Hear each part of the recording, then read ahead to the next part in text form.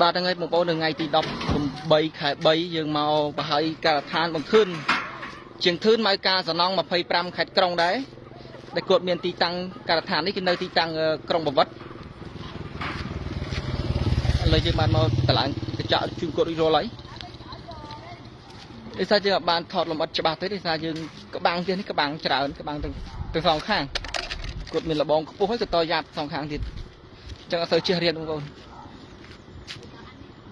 តែទីនេះស្អាតទឹកដៃយើងមកច្បាស់អរគុណមេដែលតម្លាក់ការងារឲ្យអរគុណជូនពរមេហេងមានការឋានជោគជ័យច្រើនទៅមុខទៀតមេឥឡូវយើងចូលមើលផ្នែកខាងក្នុងមួយផ្លែតទៅខាងក្នុងក៏អត់អីដែរគឺស្អាតគ្រាឈើអីគឺចេញមកអំណាចតែម្ដងនេះផ្នែកខាងក្នុងទីនេះដែរយើងមានបន្ទប់បន្ទប់គេច4